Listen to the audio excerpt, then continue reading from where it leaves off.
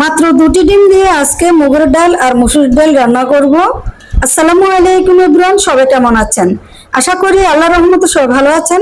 স্বাগতম জানাচ্ছি নতুন আর একটা ভিডিওতে। এখানে আমি দুটি ডিম নিয়েছি আর মুগের ডাল আর মসুর ডাল প্রায় 200 গ্রাম। তো মুগের ডালটা আমি আগের থেকে একটু ভেজে নিয়েছি।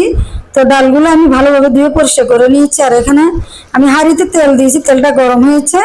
আর দুটো ডিমের সাথে আমি পেঁয়াজ কুচি আর কাঁচামরিচ কুচি দিয়ে ভালোভাবে মিশিয়ে নিয়েছি। তো ডিমটাকে আমি লাল লাল করে ভেজে নেব, একদম কড়া করে ভেজে নিতে হবে, তাহলে খেতে ভালো লাগবে। যখন কোনো কিছু খেতে মন চাইবে না তখন এভাবে আনকমন জিনিস রান্না করে খেতে পারেন। তো ডিমটা আমার ভাজা হয়ে গেছে, এখন ডিমটা আমি পিস পিস করে নেব।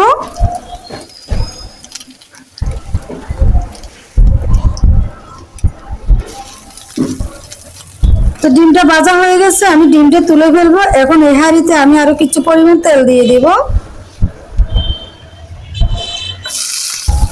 তো এখানে হাফ কাপ পেঁয়াজ কুচি দিয়ে দিলাম। পেঁয়াজের পরিমাণটা একটু বেশি দিতে হবে।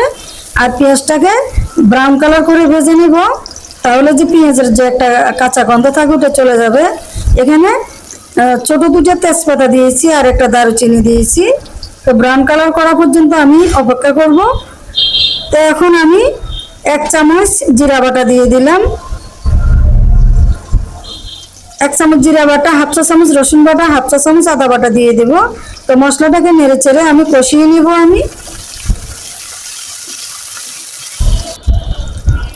তো এখন 1 চামচ লাল মরিচের গুঁড়া আর হাফ চা চামচ হলুদের গুঁড়া, হাফ চা চামচ ধনিয়ার গুঁড়া দিয়ে মশলাটাকে কিছুক্ষণ নেড়ে চেড়ে কষিয়ে তারপর আমি কিছু পানি অ্যাড করব, না হলে মশলাটা পুড়ে যাবে।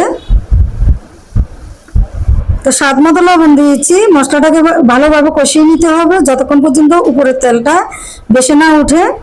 মশলাটা যতই কষাবো তাহলে ডিমটা খেতে অতটাই ভালো লাগবে। তো এখন আমি ডালটা দিয়ে দিলাম। ডালটা এখন নেড়েচেড়ে সব মশলার সাথে মিশিয়ে নেব। আমি ডালটাকে ভালো মতো নেড়েচেড়ে আমি ভেজে নেব যাতে কাঁচা গন্ধটা চলে যায়।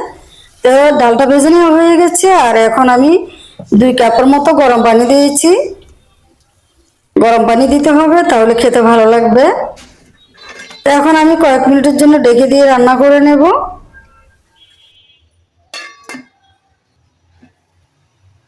আর এই ডালটা বেশি সিদ্ধ হলে খেতে ভালো লাগবে না। আরো 1 মিনিটের মতো ঢেকে দেবো আমি। ডালটা প্রায় সিদ্ধ হয়ে গেছে। তো এখন আমি ফ্রোজেন করে রাখা কিছু টমেটো পিস দিয়ে দেব। আর ডালের মধ্যে টমেটো দিলে খেতে খুবই ভালো লাগে।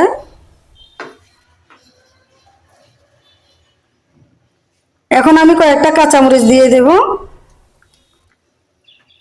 আর ডালটা প্রায় সিদ্ধ হয়ে গেছে, বেশি সিদ্ধ হলে খেতে ভালো লাগবে না। এখন আমি ভেজে রাখা ডিমের পিসগুলো দিয়ে দিলাম।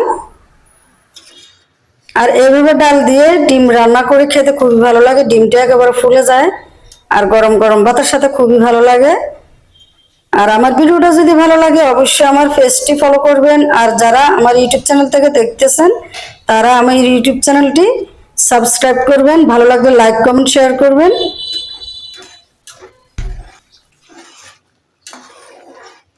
এত ডিম আর ডাল হয়ে গেছে, প্রায় পারফেক্ট ভাবে সিদ্ধ হয়ে গেছে। হয়ে গেল আমার মুগের ডাল আর মসুর ডাল দিয়ে অসাধারণ মজার রান্না। এখন গরম গরম ভাতের সাথে খেতে ভীষণ ভালো লাগবে। তো সবাই ভালো থাকবেন। আজকের মতো বিদায় নিচ্ছি। ধন্যবাদ সবাইকে।